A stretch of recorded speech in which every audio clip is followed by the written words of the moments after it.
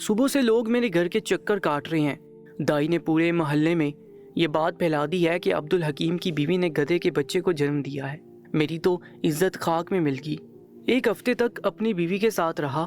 مجھے تو لگا تھا کہ یہ عجیب الخلقت بچہ مر جائے گا، یہ بچہ نہیں رہ پائے گا، یہ زندہ نہیں رہ پائے گا، لیکن سلطان محترم، ایک ہفتہ گزر جانے کے باوجود وہ گدھے کا بچہ بالکل ٹھیک ہے، صحیح سلامت ہے، اب تو دھیرے دھیرے قدم بھی اٹھانے لگا ہے۔ پتہ نہیں میرے ساتھ یہ سب کچھ کیوں ہوا۔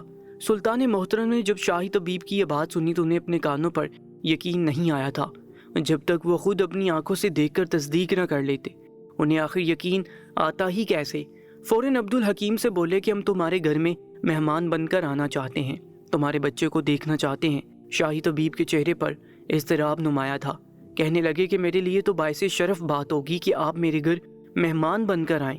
شاہی سواری تیار کی گئی اور سلطان محترم شاہی طبیب کے ساتھ اس کے گھر پہنچ گئے۔ آس پاس سے لوگ گھروں سے نکل کر سلطان محترم کو سلام پیش کر رہے تھے۔ سلطان محترم ہر ایک سلام کا جواب دینے کے بعد اس طبیب کے گھر میں داخل ہو گئے۔ جیسے ہی کمرے میں گئے تو سامنے عبدالحکیم کی بیوی موجود تھی۔ انہوں نے عبدالحکیم کی بیوی پر ایک نظر ڈالی جس نے خود کو ایک چادر سے لپیٹ رکھا تھا۔ سلطان محترم کو دیکھ کر مسکرائی اور اگلے ہی پل آگے بڑھ کر سلام پیش کرنے لگی۔ بہادر طریقے سے کھڑی ہو گئی۔ وہیں کمرے کے کونے پر قالین پر وہ بچہ موجود تھا۔ یہ دیکھ کر تو سلطان محترم کو بھی دھچکا سا لگا، کیونکہ وہ بچہ بالکل کسی گدھے کے ہی بچے کے جیسا تھا۔ ایسا لگتا ہی نہیں تھا کہ وہ انسان کی اولاد ہے۔ کئی طرح کے وسوسے تھے جو سلطان محترم کے ذہن میں آنے لگے تھے۔ انہوں نے پہلے عبدالحکیم کے چہرے کو دیکھا، پھر پورے گھر کا جائزہ لیا اور پھر عبدالحکیم کی بیوی پر بھی ایک نظر دوڑائی۔ آخر ایک انسان جانوروں جیسی اولاد پیدا کر بھی کیسے سکتا تھا؟ سلطان محترم جتنا حیران ہوتے اتنا کم تھا۔ لوگ طرح طرح کی باتیں کر رہے تھے۔ اگر یہ کسی طرح کا آزمائشی بچہ ہوتا تو اب تک زندہ نہ رہتا بلکہ وفات پا چکا ہوتا۔ سلطان محترم کسی بھی طرح اس بات کا نتیجہ نہیں نکال پا رہے تھے۔ عبدالحکیم کہنے لگا کہ بھلے ہی یہ گدھا ہے لیکن مجھے اس سے محبت اپنی اولاد جیسی ہے۔ اس نے میری بیوی کے بدن سے جنم لیا ہے، میں اسے اپنی اولاد سمجھ کر اس کا خیال رکھتا ہوں۔ سلطان محترم بھی خاموش تھے۔ عبدالحکیم کے کندھے پر ہاتھ رکھ کر کہنے لگے کہ تم اس گدھے کو اپنے پاس رکھو، اس کا خیال رکھو، تمہاری نئی نئی شادی ہے، یہ تو اگلی مرتبہ ہی پتہ چلے گا کہ اصل ماجرا کیا ہو سکتا ہے۔ طبیب بھی سر اٹھا کر خاموش ہو چکا تھا۔ اس رات سلطان محترم کو ٹھیک سے نیند نہیں آئی تھی، بار بار وہ گدھے کا بچہ نظروں میں آ رہا تھا۔ آخر یہ ممکن بھی کیسے تھا؟ انسان کے لیے انسانوں کو پیدا کیا گیا ہے، مخالف جنس کو پیدا کر کے ان میں ایک کشش رکھ دی گئی تاکہ انسان ایک دوسرے سے نکاح کر کے جائز طریقے سے تسکین حاصل کر سکے۔ بھلا خدا کی کائنات میں ایک عورت جانور کا بچہ پیدا کر بھی کیسے سکتی ہے؟ کچھ عرصے کے بعد طبیب کی بیوی دوبارہ سے حاملہ ہو چکی تھی۔ اس مرتبہ بھی اس نے سلطان محترم سے تشویش کا اظہار کیا تھا کہ سلطان محترم، میری بیوی ایک مرتبہ پھر امید سے ہے، کہیں اس مرتبہ پھر کچھ ایسی انہونی ہو گئی۔ تو سلطان محترم نے اسے دلاسا دیا تھا اور کہا تھا کہ تم اپنے رب تعالیٰ کی عبادت میں مصروف رہو، اپنے رب کو یاد کرو، وظیفے کرو اور اپنی بیوی سے بھی کہو کہ ہر وقت باوضو رہے اور 5 وقت کی نماز ادا کرے، قرآن پاک کی تلاوت کرے تاکہ اللہ پاک اسے نیک صالح اولاد عطا کرے۔ شاہی طبیب نے بھی ایسا ہی کیا تھا، لیکن اس مرتبہ جب شاہی طبیب کی بیوی کا بچہ دنیا میں آنے والا تھا تو دارے مار کر روتا ہوا شاہی طبیب دربار میں داخل ہوا تھا۔ اس وقت دربار میں اکا دکا ہی لوگ موجود تھے، باقی کچھ مخصوص لوگ مشیر اور وزیر وہاں پر بیٹھے تھے۔ انہوں نے شاہی طبیب کو اس قدر اضطراب میں دیکھا تو پریشان ہو گئے۔ سلطان محترم بھی اپنے تخت سے اٹھ کر کھڑے ہوئے۔ آخر ایسا کیا ہو گیا تھا؟ سلطان محترم خود اٹھ کر اس تک پہنچے تھے۔ کہنے لگے، عبدالحکیم خیریت تو ہے؟ کیا ہو گیا ہے؟ تم اس قدر بے چین کیوں ہو؟ اللہ تعالیٰ نے تو تمہیں کیا عطا کیا ہے؟ شاہی طبیب رونے لگا، روتے ہوئے کہنے لگا کہ سلطان محترم، نہ جانے میری قسمت میں کیا لکھا ہوا ہے۔ اس کے بعد جو کچھ وہ شاہی طبیب بولا سن کر سلطان محترم بھی حیران رہ چکے تھے۔ کہنے لگا، کل رات میرے خواب میں کتے بھونک رہے تھے، ایک ساتھ کتوں کا جھنڈ اس قدر زیادہ بھونک رہا تھا کہ میں اٹھا کر پتھر ان کو مار رہا تھا تاکہ وہ یہاں سے دور بھاگ جائیں، لیکن بجائے بھاگنے کے وہ میری جانی بڑھے اور میرا جسم نوچ کر مجھے کاٹنے لگے۔ میں چیختا چلاتا ہوا اٹھ بیٹھا۔ ایک ہی رات میں یہ خواب مجھے کتنی مرتبہ آ چکا ہے۔ سلطان محترم، مجھے یہ خواب کچھ اچھا نہیں لگ رہا، کہیں اس مرتبہ بھی میری بیوی مجھے کوئی جانور ہی پیدا کر کے نہ دے دے۔ یہ سن کر وہاں موجود سبھی درباری حیرت سے ایک دوسرے کا چہرہ دیکھنے لگے۔ سلطان محترم نے شاہی طبیب کو دلاسا دیا، کہا کہ ایسا کچھ نہیں ہوتا، تم اپنے رب پر بھروسہ رکھو، فکر مت کرو، اللہ تعالیٰ سب بہتر کرے گا۔ اس وقت تو انہوں نے کچھ نہیں کہا، لیکن اگلے روز شاہی طبیب کو اپنے پاس بلوایا اور بلا کر کہنے لگے کہ عبدالحکیم، میں تم سے جو بات کرنے جا رہا ہوں بلا شبہ وہ بات ادب اور حدود کے دائرے سے باہر کی ہے، لیکن پھر بھی امید ہے کہ حاکم وقت ہونے کے ناطے تم میری اس بات پر مثبت رد عمل ہی دو گے۔ شاہی طبیب بھی سر جھکا کر کھڑا تھا کہ سلطان محترم، آپ جو کہیں گے، جو سنائیں گے، میں سر تسلیم خم کرتا ہوں۔ سلطان محترم کہنے لگے کہ حقیقت جو تمہیں دکھائی جا رہی ہے پس سے پردہ، وہ کچھ اور ہی ہے۔ مجھے لگتا ہے کہ تمہاری زوجہ تم سے کچھ چھپا رہی ہے۔ تم اپنی بیوی کو کردار میں کیسا پاتے ہو؟ اتنا سننا تھا کہ شاہی طبیب سمجھ گیا، پھر کہنے لگا، سلطان محترم، میری بیوی بہت اچھی ہے، نیک ہے، میرے علاوہ کسی کی جانب آنکھیں اٹھا کر نہیں دیکھتی، نہ ہی آج تک میں نے اس کے حق میں کچھ طلب کیا ہے۔ سلطان محترم سوچ میں پڑ چکے تھے، آخر یہ دونوں میاں بیوی ہی نیک تھے تو پھر آخر مسئلہ کیا تھا؟ ایسا کیا تھا جسے ابھی تک سلطان محترم سے چھپایا جا رہا تھا؟ وہ بذات خود شاہی طبیب کی زوجہ سے مل چکے تھے اور اس بچے کو بھی دیکھ سکتے تھے۔ اس سے پہلے اس عورت نے جو گدھے کو جنم دیا تھا وہ ان کے گھر میں ابھی تک بندھا ہوا تھا، اور شاہی طبیب نہ چاہتے ہوئے بھی اسے اپنی اولاد مان رہا تھا۔ سلطان محترم نے اس بارے میں وزیر سے بھی ذکر کیا۔ یہ سن کر وزیر بھی سوچ میں پڑ گیا، پھر سلطان محترم کو مشورہ دینے لگا، کہنے لگا کہ سلطان محترم، مجھے تو اس شاہی طبیب کی بیوی میں ہی کوئی عیب لگتا ہے۔ میں نے سن رکھا ہے کہ شاہی طبیب اپنی بیوی دوسرے ملک سے لے کر آیا تھا، ان دونوں کی پسند کی شادی ہے۔ مجھے تو لگتا ہے کہ اس کی بیوی بدکار ہے، یقیناً اس نے جانوروں کے ساتھ کچھ تو ایسی صحبت ضرور اختیار کی ہوگی جو اللہ تعالیٰ نے اسے اس طرح کے بچے پیدا کیے ہیں۔ توبہ توبہ، ایسا عجیب الخلقت بچہ دیکھ کر ہی رونگٹے کھڑے ہو جاتے ہیں۔ سلطان محترم وزیر کی بات سن کر کچھ سوچ میں پڑ چکے تھے، لیکن اندازے کے تحت وہ فیصلہ نہیں سنانا چاہتے تھے۔ شاہی طبیب سے کہنے لگے کہ اس مرتبہ جب تمہاری بیوی کا وقت قریب آیا تو اس مرتبہ ڈیلیوری کے وقت ہم اپنی کنیز خاص کو اس کے ساتھ بھیجیں گے تاکہ معلوم ہو سکے کہ آخر اصل ماجرا کیا ہے۔ شاہی طبیب بھی مان چکا تھا، لیکن سلطان محترم نے اس سے کہا تھا کہ تم یہ بات مخفی رکھنا۔ شاید سلطان محترم کی زندگی کا یہ پہلا فیصلہ تھا جسے ابھی تک سنایا نہیں جا رہا تھا۔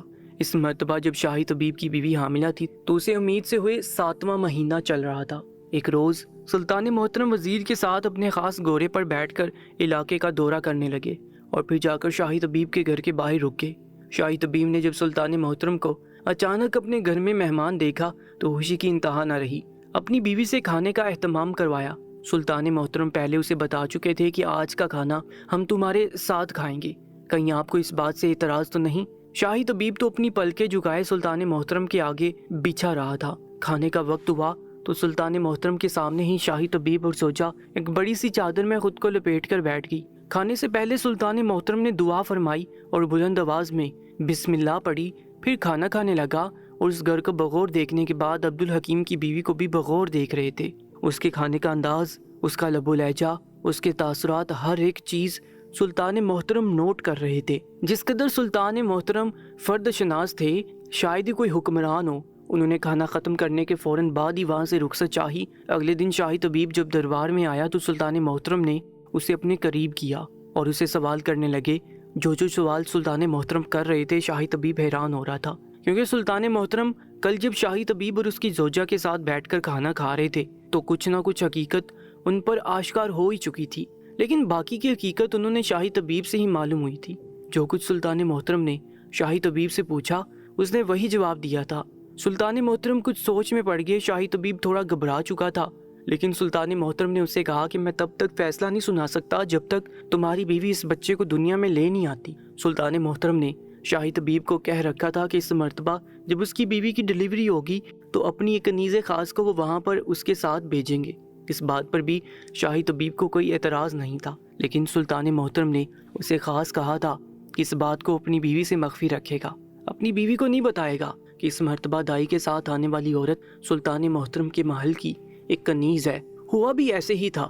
سلطان محترم نے بذات خود بھی یہ دعا کی تھی کہ اس مرتبہ شاہی طبیب کے ہاں ایک نیک صالح اولاد عطا ہو، صحت و تندرستی اور لمبی زندگی ہو۔ سلطان محترم عشاء کی نماز ادا کرنے کے بعد کتنی ہی دیر تسبیحات میں مصروف رہے تھے، پھر اپنے کمرے میں جا کر آرام کرنے لگے۔ صبح فجر کا وقت تھا جب شاہی طبیب دارے مار کر روتا ہوا دربار میں داخل ہوا تھا۔ کنیز خاص بھی واپس لوٹ چکی تھی، لیکن ابھی تک سلطان محترم کی اس سے کوئی ملاقات نہیں ہوئی تھی۔ وہ شخص روتے ہوئے سلطان محترم کے قریب آیا اور بے تحاشا رونے لگا۔ سلطان محترم دریافت کرنے لگی کہ خیریت تو ہے؟ اس مرتبہ اللہ تعالیٰ نے تم پر خیر کی ہے، اتنا سننا تھا کہ وہ شاہی طبیب رونے لگا، کہنے لگا کہ نہ جانے مجھ سے کون سی غلطی ہوگی ہے، میں نے ایسے کون سے گناہ سرزد کر دی ہیں جو میرا رب میرے ساتھ اتنی بڑی آزمائش میں مبتلا کر رہا ہے۔ شاہی طبیب روتے ہوئے بتانے لگا کہ حضور میری بیوی نے کتے کے بچے کو جنم دیا ہے، اب بتائیں میں کیا کروں، میں تو کہیں منہ دکھانے کے قابل ہی نہیں رہا، پہلے گدھا تھا اب کتا، میرا جی چاہتا ہے کہ میں اب اپنے آپ کو قتل کر دوں، میں خودکشی کر کے بس مر جاؤں، نہ جانے یہ سب کچھ میرے ساتھ کیا ہو گیا ہے، کہیں مجھ پر کسی نے کالا عمل تو نہیں کر دیا۔ لیکن سلطان محترم میری تو کسی کے ساتھ کوئی دشمنی بھی نہیں، کون لوگ ہیں جو میرے پیچھے لگے ہیں؟ سلطان محترم اس کی بات سن کر دلاسا دینے لگی، کہنے لگے کہ بزدلی کا مظاہرہ مت کرو بلکہ دماغ سے سوچو۔ اس وقت شاہی طبیب کو انہوں نے وہاں سے خاموشی کے ساتھ بھیج دیا، پھر کنیز خاص کو اپنے پاس بلایا، اس سے استفسار کرنے لگی کہ آخر تم نے زچگی کے وقت وہاں پر کیا دیکھا؟ کنیز نے جو کچھ بتایا ساری کہانی کھل کر سلطان محترم کے سامنے آ چکی تھی، ماتھے پر غصے سے گہرے بل پڑ چکے تھے، وہ اپنی نشست سے اٹھ کھڑے ہوئے، ان کی آنکھوں میں غصہ اتر آیا تھا، فوراً اپنے شاہی سواری منگوائی اور اسی وقت شاہی طبیب کے گھر پہنچے۔ شاہی طبیب کے گھر پہنچنے کے بعد سلطان محترم نے اپنے پاس پہلے شاہی طبیب کو بلوایا۔ شاہی طبیب کی بیوی کی حقیقت تو سلطان محترم اس روز جان ہی چکے تھے۔ دراصل شاہی طبیب نے ایک مسلمان عورت سے نہیں بلکہ ایک یہودی عورت سے محبت کر کے اس کے ساتھ شادی رچائی تھی۔ دوسرے ملک میں جب شاہی طبیب جڑی بوٹیاں خریدنے کے سلسلے میں گیا تھا تو وہاں پر اسے ایک بڑے طبیب کی بیٹی سے عشق ہو گیا تھا، لیکن وہ یہودی تھا۔ اس لڑکی نے شاہی طبیب کی محبت میں یہ تو کہہ دیا کہ وہ اسلام قبول کر کے اس لیے یہاں پر آ چکی تھی، لیکن یہ بات اس روز سلطان محترم بھی اپنی آنکھوں سے دیکھ چکے تھے کہ کھانا کھاتے وقت سلطان محترم دائیں ہاتھ سے کھانا کھا رہے تھے اور شاہی طبیب بھی، مگر وہ عورت بائیں ہاتھ سے کھانا کھا رہی تھی، اس نے بسم اللہ بھی نہیں پڑھی تھی۔ پھر اس کا لب و لہجہ، اس کا انداز، سلطان محترم کی آنکھوں میں آنکھیں ڈال کر دیکھنا اور غیر محرم سے دوری بنائے رکھنا، ایسا کچھ بھی اس عورت میں موجود نہیں تھا۔ یہ سب کچھ شاید اس لیے تھا کہ وہ جس مذہب سے تعلق رکھتی تھی وہاں پر یہ سب کچھ عام تھا، لوگوں میں اچھے برے کی تمیز نہ تھی۔ سلطان محترم سمجھ چکے تھے کہ پہلے گدھے کا بچہ پیدا کرنا اور پھر کتا اس دنیا میں آنا، یہ سب کچھ اس یہودی عورت کی ہی کارستانی ہے۔ سلطان محترم غصے میں اس عورت کے پاس گئے، شاہی طبیب بھی حیران و پریشان کرا تھا، مگر جب سلطان محترم نے کمرے میں جا کر شاہی طبیب کی بیوی کو دیکھا تو ایک پل کو ٹھٹک چکے تھے، کیونکہ وہ خود ایک جانب کو بستر پر بیٹھی پھوٹ پھوٹ کر رو رہی تھی۔ سلطان محترم کو اپنے سامنے دیکھ کر گھبرا گئی۔ سلطان محترم نے جب اس سے سوال کیے تو وہ ڈر کے مارے سب کچھ سچ سچ بتانے لگی، کہنے لگی کہ ہاں بھلے ہی میں نے صدقے دل سے اسلام قبول نہیں کیا، میرے دل میں ابھی بھی میرا مذہب یہودیت ہی ہے، تو میں عبدالحکیم کی محبت میں یہاں پر آ گئی۔ یہ مجھے بار بار اپنے خدا کی حمد و ثنا سنایا کرتا، اپنے پیارے حبیب حضرت محمد صلی اللہ علیہ وآلہ وسلم پر درود پاک پڑھنے کا کہتا، لیکن مجھے یہ سب کچھ نہ جانے کیوں اچھا نہیں لگتا تھا۔ میں اسے کہتی کہ مذہب کچھ بھی نہیں ہوتا، مرنے کے بعد انسان بس مٹی میں جاتا ہے، اس کی کوئی دوسری زندگی شروع نہیں ہوتی ہے۔ مجھے کہتا کہ تم نماز پڑھو، قرآن پاک پڑھو، نیک عمل کرو، چگلی نہ کرو، اس سے ہمارے بچے پر برا اثر پڑتا ہے، تم عبادت کرو گی تو بچہ بھی نیک پیدا ہوگا۔ اسی خاطر میں نے سبق سکھانے کے لیے اپنے شوہر کے ساتھ ایسا کیا، میرا بچہ اس دنیا میں آنے سے پہلے ہی ختم ہو چکا تھا، لیکن یہ بات میں نے عبدالحکیم سے چھپائی رکھی۔ مجھے بچوں سے ویسے بھی کوئی خاص لگاؤ نہیں تھا، نہ ہی میں بچے سنبھالنے کی عادی تھی، لیکن عبدالحکیم کو سبق سکھانے کے لیے میں نے دائی کو بھی پیسے دے رکھے تھے۔ جیسی ڈیلیوری کا بہانہ کیا تو کمرے میں پہلے سے ہی ایک گدھی کا بچہ میں نے رکھ لیا، دائی کو پیسے دے کر یہ سارا ڈرامہ رچایا تاکہ میرا شوہر سمجھ سکے کہ یہ قدرت، کائنات اور یہ دین کچھ بھی نہیں ہوتا۔ سلطان محترم شدید غصے میں تھے، عبدالحکیم بھی ایک جانب کو کھڑا غصے سے اور صدمے سے اپنی بیوی کو دیکھ رہا تھا، جو نہ جانے کیا کیا بولے جا رہی تھی۔ اس نے تو اپنی بیوی سے سچے دل سے محبت کی تھی، لیکن پھر وہ سلطان محترم کے قدموں میں گر گئی۔ وہ یہودی عورت رو کر کہنے لگی کہ بھلے پہلی مرتبہ میں نے اپنے شوہر کے ساتھ یہ ڈرامہ رچایا تھا، لیکن دوسری مرتبہ میں نے اسے کوئی غلط کاری نہیں کی۔ میرا شوہر مجھ سے محبت کرتا تھا اور اس کی محبت میں نے سوچ لیا کہ جیسے کہتا ہے میں ویسے ہی کروں گی۔ مجھے خود بھی عقل آ چکی تھی، میں نے تو سوچ رکھا تھا کہ اپنے شوہر سے ہمیشہ یہ سچائی چھپا کر رکھوں گی، لیکن نہ جانے کیوں اس مرتبہ جب میں حقیقت میں حاملہ تھی تو بجائے ایک انسان کے بچہ پیدا ہونے کے میں نے ایک کتے کے بچے کو جنم دے دیا۔ اس مرتبہ میری کوئی غلطی نہیں ہے سلطان محترم، خدا را میرے ساتھ انصاف کیجیے۔ میں قسم کھا کر کہتی ہوں کہ اس دفعہ میں نے کوئی جھوٹ نہیں بولا، میرے بدن سے یہ کتے کا بچہ کیسے پیدا ہو گیا، شاید یہ اللہ تعالیٰ نے مجھے سزا دی ہے۔ اس مرتبہ گھبرانے کی باری شاہی طبیب کی تھی، اور پھر کنیز نے جو کچھ بتایا تھا وہ بھی سلطان محترم کو یاد آنے لگا۔ اس مرتبہ سلطان محترم کا رخ وہ شاہی طبیب تھا۔ سلطان محترم اس کے پاس گئے اور اس مرتبہ اس سے سوال کرنے لگے کہ عبدالحکیم آگے کی سچائی اب تم بتاؤ گے کہ تم نے اپنی بیوی کے ساتھ اس مرتبہ کیا کیا؟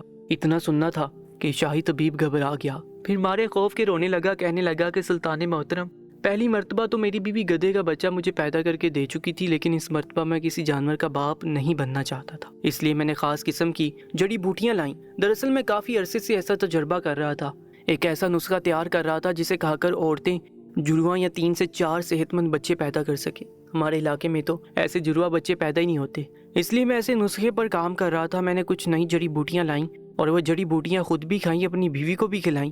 پھر جب میرے خواب میں کتے آنے لگے تو مجھے یہی ڈر لاحق ہو گیا کہ کہیں سچ مچ میری بیوی اس مرتبہ کتے کے بچے کو جنم نہ دے دے۔ تو ڈیلیوری کے وقت میں نے دائی سے کہا کہ یہ جڑی بوٹیاں میری بیوی کو کھلا دو۔ مجھے کہاں خبر تھی کہ سچ مچ میری بیوی کتے کا بچہ ہی جنم دے گی۔ سلطان محترم مکمل کہانی سمجھ چکے تھے، راز کھل چکا تھا، لیکن اس مرتبہ انہوں نے اس دائی کو بلایا تھا اور سختی سے پوچھا تھا کہ حقیقت اب تم بتاؤ گی یا میں تمہیں جیل میں ڈال دوں۔ دائی روتے ہوئے فوراً اپنے گھر سے اس شاہی طبیب کا بچہ لے آئی تھی، کہنے لگی کہ میں اس بچے کو اپنی بے اولاد بیٹی کو دینا چاہتی تھی۔ اس خاطر جیسے ہی کمرے میں دیا بجھایا تو میں نے کتے کا ایک بچہ اٹھا کر اس عورت کے پاس لٹا دیا۔ مجھے کہاں خبر تھی کہ آپ کی کنیز اس قدر شاطر دماغ ہوگی کہ مجھے بھانپ جائے گی۔ اچانک دائی کا راز کھلتا دیکھ کر شاہی طبیب سر پکڑ کر بیٹھ چکا تھا۔ بیوی نے بھی پہلی مرتبہ دھوکہ دیا تھا۔ شاہی طبیب نے خود بھی گرم جڑی بوٹیاں کھلا کر اپنی بیوی کی عادت غیر کر دی تھی، اور وہیں یہ دائی ان دونوں کی پریشانیوں اور غائب دماغی کا فائدہ اٹھاتے ہوئے اپنا مطلب پورا کر رہی تھی۔ سلطان محترم نے اس دائی کو قید خانے میں ڈال دیا، شاہی طبیب کو معطل کر دیا۔ ہر کوئی شاہی طبیب کو لے کر طرح طرح کی باتیں کرنے لگا تھا کہ یہ تو علاج ہی خراب جڑی بوٹیوں سے کرتا ہے، جبکہ وہی شاہی طبیب کی بیوی اپنے گناہوں پہ شرمندہ تھی، معافی مانگنے لگی۔ سلطان محترم نے یہ سمجھایا تھا کہ اللہ تعالیٰ کی ذات پر توکل رکھو، وہ ذات بڑی رحیم و کریم ہے، بے شک گناہ تو تم نے کیا ہے، جانور کو پیدا کر کے یہ جتلاتی رہی کہ تم ٹھیک ہو، اور نعوذ باللہ اسلام غلط۔ اس کی سزا کے طور پر بھی اس یہودی خاتون کو 5 سال کے لیے جیل میں ڈال دیا گیا، لیکن جب اسے 5 وقت کی نماز پڑھتے اور روزہ رکھتے دیکھا گیا اور دینی تعلیمات پر مکمل طور پر عمل کرتے دیکھا گیا تو سلطان محترم نے اسے باعزت بری کر دیا تھا۔